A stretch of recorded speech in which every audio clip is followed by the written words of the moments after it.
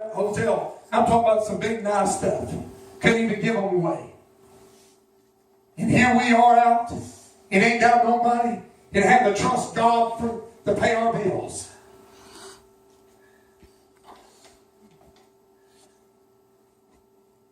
And then on top of that, he starts asking more and more and more and more of me. The whole time, Sister Katie, he would give me a trust. He would start asking more of me. Like I didn't already have enough on me. I'm thinking, you're piling responsibility upon me. And I thought one day, I noticed that Sister Chambers, she just come in.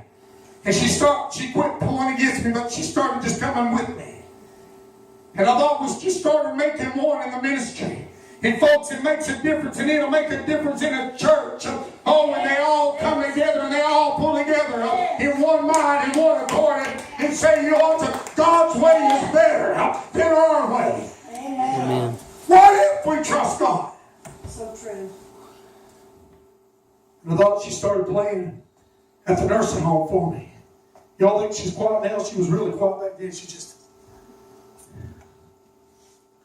Without all of a sudden my children would start getting saved, and I learned to trust Him instead of sitting over top of them trying to beat them over the head, telling them what they need to do. Right.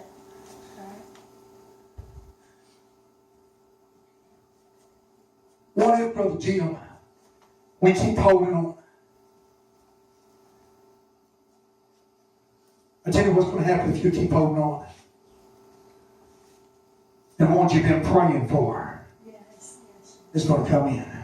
Right. Them miracles you've been asking God for is going to happen. There's some things that I've asked God for in this church, and they didn't come the first year, they didn't come the second year, they didn't come the third year, the fourth year, and they're not coming this fifth year.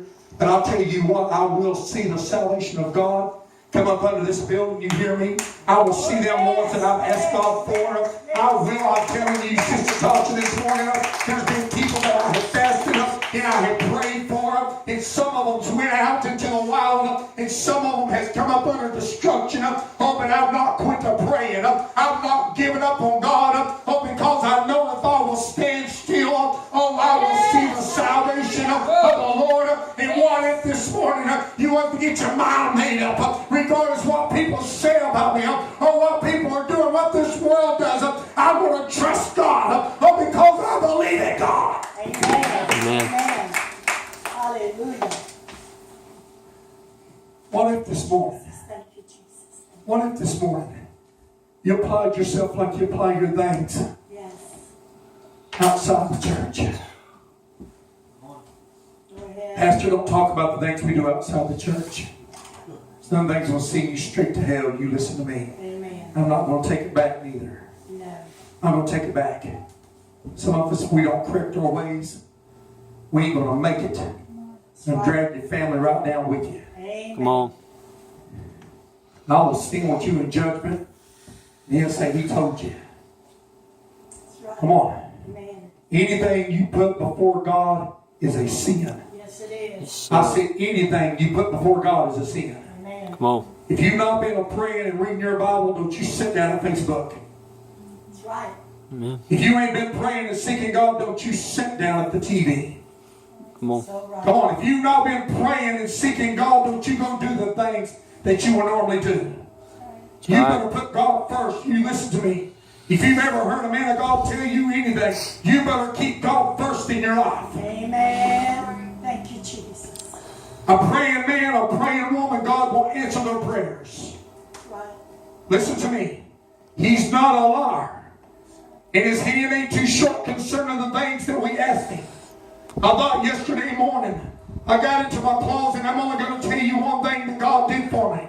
But I thought I won't leave my house without getting in my closet and praying.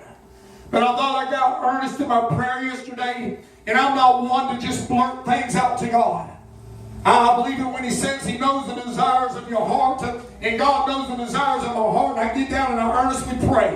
And I'll thank Him for the things that He's done. But I thought that I got down there yesterday morning, but but I had a need that I needed. It was a carnal need. I said it was a carnal need. But I went ahead and blurted it out, and I said, Lord, I've had a cow loose for 3 weeks. Yeah. Would you get that cow and get that thing up here so I can lock it up in the barn and sell it on Wednesday? Yeah. That's what I said, brother. I said, Lord, would you let that cow come back, get in my fence so I can lock it up in the barn and sell it on Wednesday? I didn't even want to leave that part out. When we pray, we need to be specific. I asked for God to bring that cow back before the cow come got back in. But I didn't ask him to let me keep that thing in the barn until I got rid of it. Amen. God's got a sense of humor. I said, you help me get that thing in that barn so I can take it down to the cell and get rid of that rascal. I took this information from an old guy, asked him, I said, what am I going to do? I've got an old cow. It keeps tearing down the fences. She don't only get out, but she lets others out with her. He said, son, we always got rid of them cows. Amen. Let me tell you, if you keep tearing down the fences in the church house, God's going to get rid of you. That's right. You keep tearing down them walls that God has built for you. I said God is going to get rid of you. Come on. You won't have a conversation in your head. You won't have an argument in your head because God won't be there. That's right. I said God will get rid of you. Amen. And I thought I was down here and Sister Misty, I was praying. I was praying at the altar. No, I got up and I went into the office. And I got a phone call from my wife. She said, honey, that cow just run up here and run in that fence. I said, run behind it. This is faith. I wouldn't let that gate open. I hadn't seen that cow in 4 or 5 days. Say there again. If we got faith that God's going to do it, we'll open the door so He can do it. Amen. I said, if we got faith that God's going to do something, we'll have faith enough to open up the door that allow God to do what we've asked Him to do. Amen. Sister Natalie, will you come to the piano? What if? What if? My little John, man, does he not become a little guitar player? But what if John, and I am getting on him. I wasn't getting on Brother David. I believe Brother David has come a long ways. And I've been, for him to know, I've been really putting him up. And the enemy's trying to keep him down, follow him. If you know what that man's been through, you would really have some respect for him here this morning. Right. When his whole family's turned against him. Yeah. He says, you know what? I'm going to go and I'm going to serve God regardless. Right. And I thought, what if John spent as much time in prayer as he does playing with that guitar?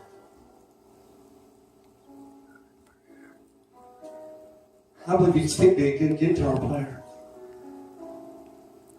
But if he spent as much time, let me tell you, this is my son, and I'm proud of him. He's come so far. I was bragging on him again yesterday. I was bragging on Sister Erica yesterday, some preachers. A lot of y'all, I get called, everybody's never going to get in trouble. I was telling him, I said, the Lord has sent me help like He's never sent me. I've got our church is stronger right now than she's ever. We've had a lot more people, but our church is for sure strongest it's ever been right now. And I told I was talking about John there. Sister, if he was spending as much time in prayer as he did that guitar, this is well for the pastor. I believe he could just about pray for anybody, and they would get healed.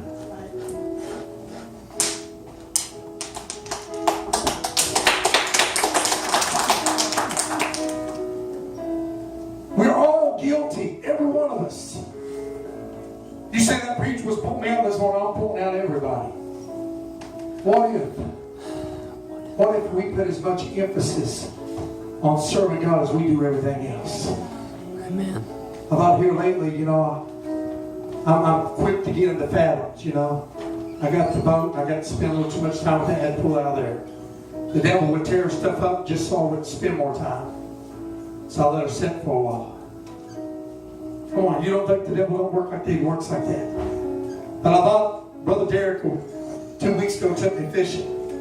And I thought my fishing boat didn't perform the way I wanted it to perform. And it drove me nuts till I could go find that right, correct fishing line that I used to use when I bass fished. Man, I had to have that line. Because the next time me and Brother Derek went fishing, I want to show him how to get that stuff work. What if we spent that kind of time searching His Word to help one another? What if we said, you know what, I'm going to get so deep in that Word, I'm going to fine-tune myself. Like Pastor fine-tuned that fishing boat. That nothing can get away. I said that nothing can get away. The Bible says that we've all come short of the glory of God. Preaching is to put us back. Now the fellowship preaching is to put us back on track, to put us back on line, to check ourselves. Saying, are we allowed something to take place for our beloved Savior? Brother Derek, we've got but a short time. They've been preaching this message for over 2,000 years. And we're closer right now than we've ever been. We're seeing things that's happening, fulfilling in the Scripture that it would scare you. Should scare you. And I'm afraid that we've been so desensitized. We can hear a tragedy and it don't penetrate, it don't affect us. I thought yesterday on Facebook, over, I believe it's in Korea, a school bus went over an embankment. 25 children lost their lives. Maybe it don't affect us because it wasn't our children, it wasn't our community, but it should. I thought my heart was torn out of me because there was somebody's children that the devil had stolen out of here, that been snatched out from here. We must keep ourselves in prayer. Because when we're praying, let me tell you, if you're praying, the preacher won't get on your toes. If you're praying, the Bible won't offend you. If you're praying, you'll do right. Mom. Prayer is the key to it all. You say, preacher, you've never been rebuked. You have no idea how much I've been rebuked. I thought it was in the prime, what I thought was the prime of my preaching. And I thought this man was about to ask me to preach. And he set me down up there and he said, you're lacking in your preaching. And I'm like, I thought he was going to ask me to come preach. I said, where am I lacking? He said, son, in your prayer life. He said, there's no doubt, man, you've read the Scriptures.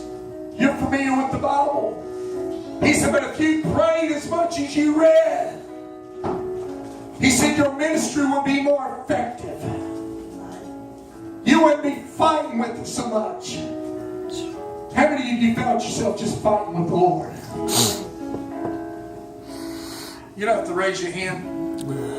We all wrestle with the Lord. Because the things that He requires of us, fights our flesh. It desires our time. It desires our obedience. But through our time and through our obedience, we're made more than overcomers. This morning, if you're under the sound of my voice, I wish somebody would move. Say, you know what? That the enemy has been stealing me of my time. Has been robbing me. Is there somebody out there that says, you know what? What if I was to give God as much time as I'm giving on Facebook? Well, some of us would be very powerful. We might be walking on water by next Sunday, Brother Hooks. We'd be coming up to the front saying, you know what? I've been praying and Pastor Brother Chambers says, is it all right if I make a prayer line? Because I done tapped him to the main line. And I done heard from heaven. And he said he's going to heal somebody today of cancer. He's going to heal somebody of back pain. You say, preacher, that stuff only happens on TV. Shame on the church. Come on. Shame on the church. Come on. You say, well, I wish that we had more gifts working in our church. Why don't you do something about it? I wish there was more spirit in our church. Won't you do something about it? I wish there was more visitors in our church. Won't you do something about it? Let's come around the altar. Let's pray.